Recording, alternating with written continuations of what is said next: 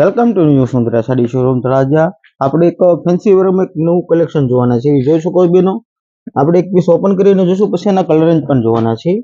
ફેબ્રિકની વાત કરીએ તો ત્રીસ વાળું આખું ફેબ્રિક રહેવાનું છે, ફેન્સી તેનું યુનિક છે।